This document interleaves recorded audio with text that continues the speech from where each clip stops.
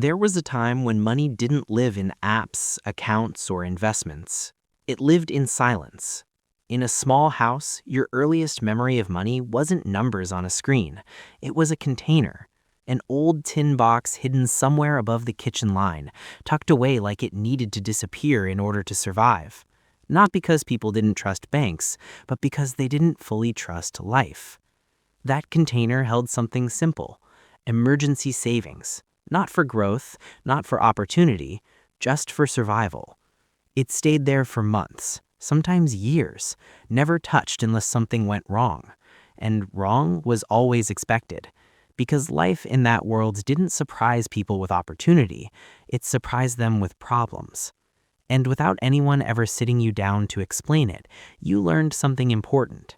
Money is not something you build, money is something you protect. That belief didn't come from lectures, it came from watching. It came from the way adults reacted when bills arrived earlier than expected. It came from conversations that stopped the moment children walked into the room. It came from the subtle tension in voices when someone mentioned the future. No one ever said, "We are limited." They didn't need to. You understood it through silence. You learned it through absence, through the things you never asked for. Not because you didn't want them, but because you could already predict the answer before speaking. Over time, your world quietly taught you a rule. People like us don't expand, we maintain. And when you're young, you don't question the rules of the environment you grow in. You assume they are universal, like gravity, like time. So you adapt. You become careful with desire. You learn how to want quietly, how to lower expectations before they can be rejected, how to act grateful even when you don't understand why wanting more feels wrong. And somewhere along the way, without noticing it happening, a ceiling forms. Not visible, not physical, but real enough that your growth starts to slow. You can't see it, but you feel it. Like walking in a room where the air gets tighter the higher you go. And eventually, you stop rising, not because you chose to, but because everything around you already stopped too. That becomes normal, until one day, something interrupts it. It usually happens at an ordinary moment, not during success, not during inspiration, not during planning, but somewhere completely forgettable. A late-night screen glow, a random conversation, a passing idea that lands differently than it should. And suddenly a thought appears that doesn't feel like yours but refuses to leave. What if this limit was never real? It doesn't arrive like motivation. It arrives like confusion. Because if that thought is true, then everything you've accepted so far becomes questionable. The rules, the boundaries, the expectations, the identity you built around people like me. For the first time, you see possibility as something personal, not distant, not reserved for others.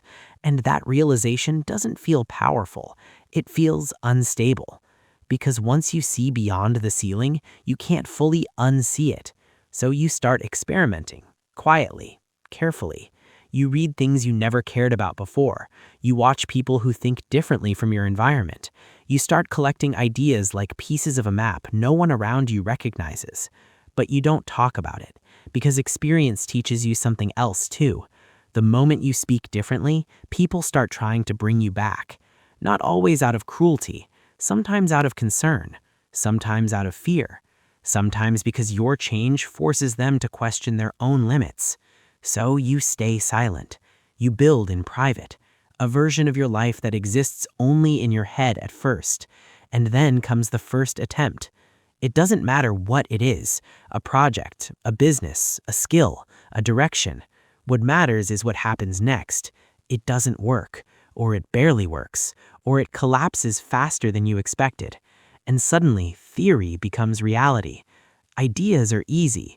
Execution is not. Still, something has changed permanently. Because now you are no longer just someone who thinks about change. You are someone who has tried it.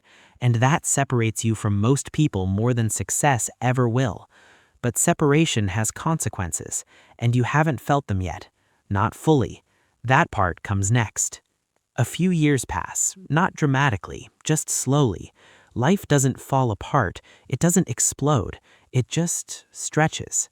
And in that stretch, things begin to shift.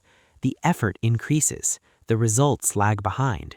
You start working in cycles that don't match normal life anymore. When others rest, you continue. When others celebrate weekends, you calculate risk.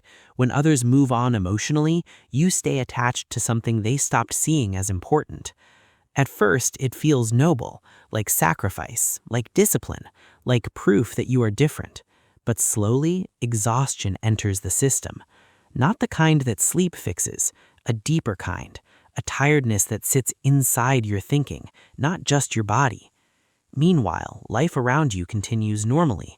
People get promotions, people go on trips, people talk about small, stable futures, and you begin to notice something uncomfortable. They are not wrong, they're just on a different path, and your path is becoming narrower, not because it has to be, but because you chose it. Friends begin to drift, not suddenly, just quietly. Invitations slow down, messages become less frequent, not out of rejection, but out of mismatch. You stopped being available for the life you used to share, and slowly people adjust without announcing it. At home, questions begin to change shape, not aggressive, but heavier. When will it become stable? When will it start paying back? When will things feel normal again? Even love starts carrying concern, and concern over time starts sounding like pressure. You try something bigger, you risk more, and sometimes you lose. Not small losses, but meaningful ones. Losses that force silence. Losses that make you sit alone and rethink everything. Those are the moments no one posts about, because there is no audience for doubt, only for results. And in those moments, a voice shows up. It sounds logical. It sounds realistic. It sounds like everyone who ever doubted you combined into one sentence. This isn't going to work for people like you. And you sit with that thought longer than you should, not because you believe it fully, but because part of you remembers where you came from. Still, you don't go back, not because you're fearless, but because returning feels heavier than continuing. So you move forward, even slower, even quieter, even more alone than before. But something is shifting underneath all of it. You just can't see it yet, not until the first real signal appears. Something changes first before the world changes. It's not loud, it doesn't announce itself. It shows up quietly in the background of a normal day. A number, a result, a return that looks slightly unreal at first glance. You check it once, then again, because your brain is still trained to expect disappointment, not validation. And then it hits you. This is real. Not huge, not life-changing yet, but real enough to break an old belief. For the first time, something you built responded, and that changes your internal wiring more than any success story ever could. Because now failure is no longer the only proof you've ever known. There is evidence of movement, even if it's small, even if it's fragile, even if no one else would understand why it matters. You don't celebrate loudly. You don't call anyone. You don't post anything. You just sit with it. Because you realize something strange. The person you would explain it to would not feel what you feel. Not because they don't care, but because they weren't inside the journey that created it. And that realization creates a quiet kind of loneliness. So you store the moment away, not as a victory, but as proof that something invisible inside your effort is finally starting to respond. From here, everything becomes more serious, because now you know something you didn't know before. It can work, and that changes the emotional weight of everything. Before, the fear was, what if it never happens? Now, the fear becomes, what if it starts and I lose it? So your behavior changes. You become more careful, more focused, more protective of your time, your attention, your energy. You stop sharing your process, not because you are secretive by nature, but because you've learned that early-stage growth is fragile, and not everyone around you understands fragility the same way. Some people encourage, some people question, some people unintentionally plant doubt without realizing it. So silence becomes strategy. You work more than you speak, you build more than you explain, and slowly momentum begins to form. Not explosive, not dramatic, but steady, And that's the kind that lasts. Then it happens. Not a dream milestone, not the final destination, but something undeniable. A month where the numbers don't just improve, they hold, they repeat, they stabilize. You realize your effort is no longer random. It has structure. You've crossed from guessing into building, and that shift is irreversible. This is the moment most people misunderstand, because from the outside, nothing looks impressive yet, but internally, everything has changed. You now believe something new.